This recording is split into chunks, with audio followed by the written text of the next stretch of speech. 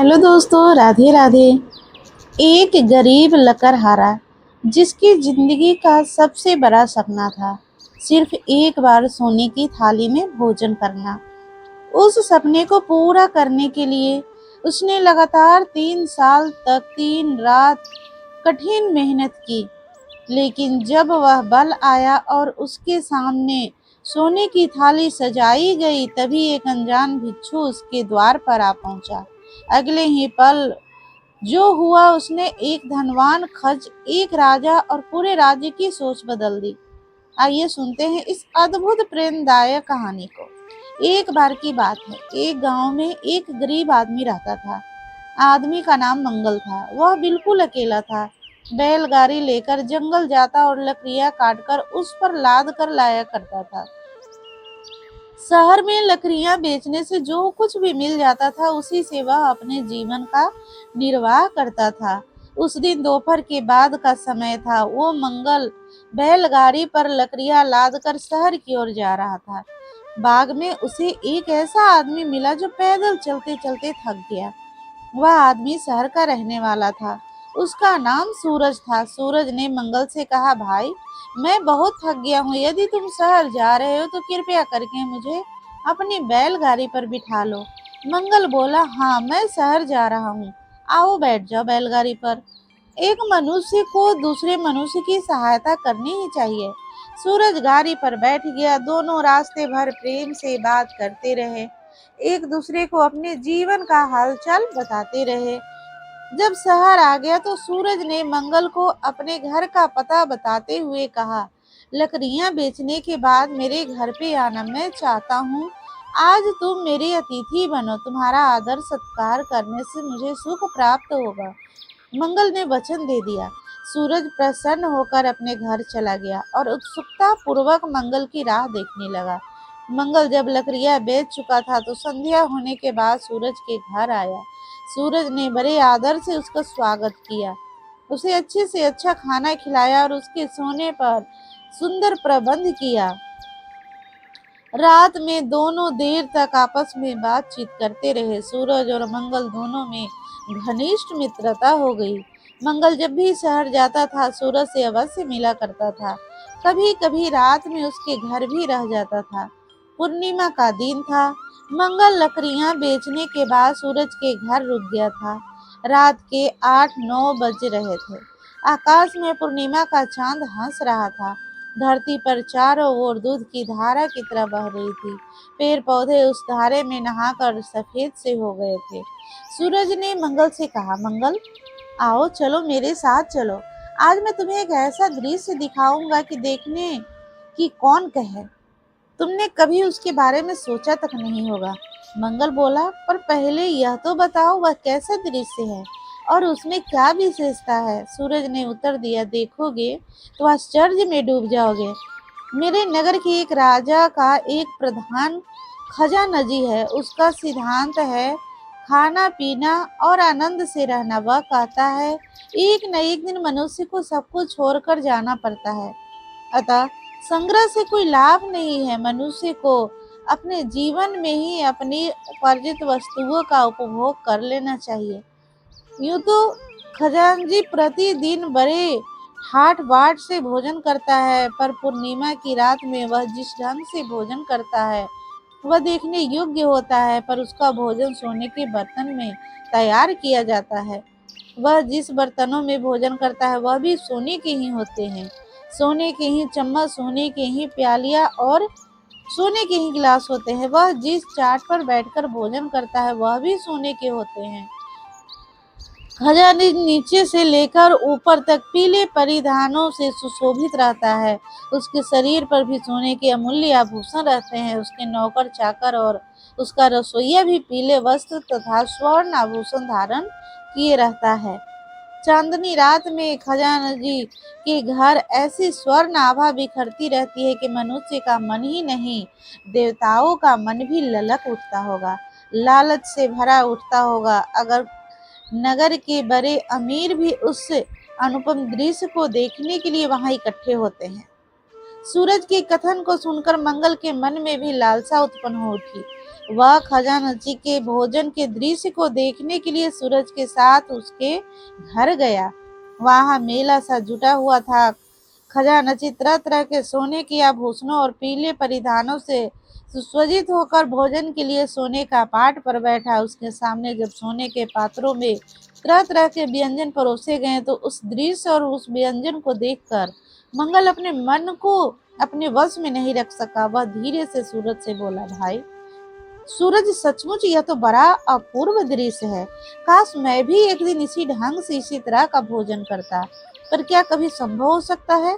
नहीं, इस गरीब के जीवन में यह कभी नहीं हो सकता। हालांकि मंगल ने बहुत ही धीमे स्वर में अपनी बात सूरज से कही थी, पर फिर भी खजानची के कानों में जा पड़ी। खजानची से दृष्टि उठाकर मंगल की ओर देखा। उसे मंगल के मुखमंडल पर कुछ अनूठापन सा दिखाई पड़ा। उसे लगा कि इस मनुष्य के शरीर के भीतर कोई चमत्कार है। खजानची जब भोजन कर चुका तो उसने मंगल को अपने पास बुलाया। उसने उसकी ओर देखते हुए कहा, मैंने तुम्हारी बात सुन ली है। तुम पूर्णिमा की रात मेरे ही समान भोजन करना चाहते हो ना? इसके लिए तुम्हें कठोर तप करना पड़ेगा। क्या तुम इसके लिए तैयार हो? मंगल बोला, श्रीमान, यदि एक दिन मुझे आपके समान भोजन करने का अवसर प्राप्त हो तो मैं तब क्या पहाड़ भी उठाने के लिए तैयार हूँ। खजानची सोचता हुआ बोला, नहीं, तुम्हें पर्वत नहीं उठाना पड़ेगा। तुम्हें 3 वर्षों तक खेतों में काम करना होगा। मंगल बोल उठा, श्रीमान, मैं अपनी इच्छा की पूर्ति के लिए आपके खेतों में काम करने के लिए तैयार हूँ, पर 3 वर्षों के बाद मुझे आपके सम्मान भोजन करने का अवसर प्राप्त होगा ना? खजानची ने दृढ़ता पूर्वक कहा, अवश्य प्राप्त होगा, अवश्य प्राप्त होगा। मंगल लकड़ियां काटना छोड़कर खजानची के खेतों में काम करने लगा। वह दिन भर खेतों में पसीना बहाता और रात में मजदूरों के साथ खा पी कर सो जाया करता। वह हर एक मजदूर से प्रेम तो करता ही था, बीमार मजदूरों की सेवा भी किया करता था। मजदूर उसके मधुर भाषण और मृदु व्यवहार पर मुग्ध थे। वे उसे अपना महिषा मानते थे। धीरे धीरे 3 वर्ष बीत गए। मंगल की लगन, मेहनत और उसके प्रेम से 3 वर्षों में खजानची के खेतों में इतना अनाज पैदा हुआ कि उसके लिए रखना भी कठिन हो गया। खजानची मंगल के श्रम और मुग्ध हो गया। साथ ही उसके मन में विचार पैदा हुआ, यह मनुष्य साधारण मनुष्य नहीं है, अलौकिक है, चमत्कारिक है। 3 वर्षों के बाद मंगल पुनः खजानची के सामने उपस्थित हुआ। खजानची ने प्रेम भरे स्वर में कहा, मंगल, मैं तुम्हारी मेहनत पर बहुत प्रसन्न हूँ। मैं 24 घंटे के लिए तुम्हें अपने भवन का मालिक बना रहा हूँ। तुम्हें अधिकार होगा, तुम चाहो जो करो, जैसे चाहो वैसा भोजन करो। मंगल ने निवेदन किया, श्रीमान, मैं आपके भवन का मालिक बनकर क्या करूंगा? मैं तो केवल एक दिन आपके सामान्य भोजन करना चाहता हूँ। खजानची बोला, जब पर तुमने जिस लगन और मेहनत से काम किया है उसे देखते हुए तुम्हारी यह मजदूरी भी बहुत कम है। तुम 24 घंटे के लिए मेरे भवन के मालिक हो। खजानची ने अपने सभी नौकरों को बुलाकर आदेश दिया, मंगल 24 घंटे के लिए मेरे भवन का मालिक है। उसकी आज्ञाओं का पालन तुम लोगों को उसी तरह करना होगा जिस तरह मेरी आज्ञाओं का पालन करते हो। भवन का मालिक बनने पर मंगल भचका हो गया। वह समझ नहीं पा रहा था कि उसे क्या करना चाहिए और क्या नहीं करना चाहिए। बस उसे एक ही बात याद थी, कल पूर्णिमा की रात है, मैं खजानची के सम्मान ही भोजन करूंगा।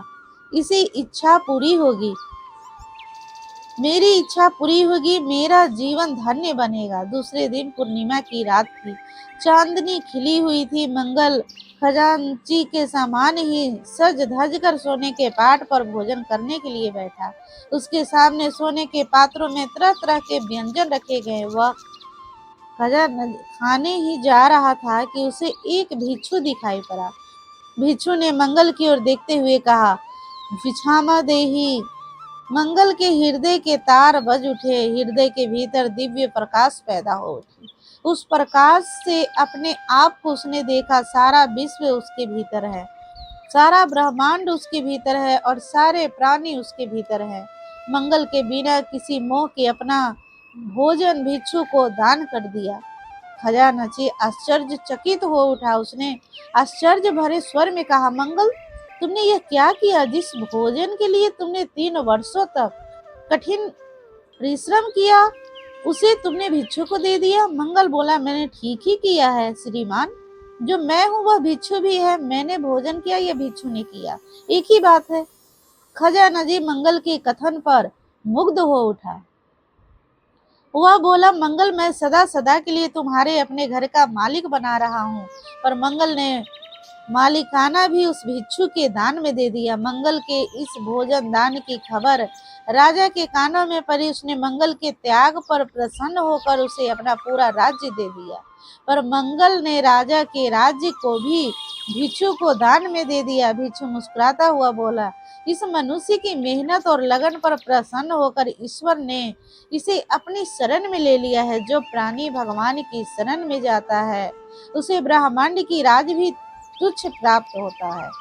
मंगल के त्याग का प्रभाव खजानची और राजा के मन पर भी पड़ा। वे दोनों भी अपना सब कुछ छोड़कर सन्यासी बन गए, धर्म संग में सम्मिलित हो गए। इस कहानी से हमें यही सीख मिलती है कि सच्ची महानता धन, वैभव या पद में नहीं, बल्कि परिश्रम, सेवा, करुणा और त्याग में होती है। जो व्यक्ति निस्वार्थ भाव से दूसरों की सहायता करता है और अपने कर्म की ईमानदारी से निभाता है, उसे जीवन में सामान्य शांति और ईश्वर की कृपा अवश्य प्राप्त होती है। सच्चा धन सोना चांदी नहीं, बल्कि परिश्रम, सेवा, प्रेम और त्याग है। यदि आपको यह कहानी पसंद आई हो और इससे कोई सीख मिली हो तो वीडियो को लाइक करें, अपने प्रियजनों के साथ शेयर करें और ऐसे ही प्रेरणादायक कहानी सुनने के लिए हमारे चैनल को सब्सक्राइब करना ना भूलें। मिलते हैं अगली कहानी में, तब तक के लिए आप स्वस्थ रहें, सुरक्षित रहें। धन्यवाद।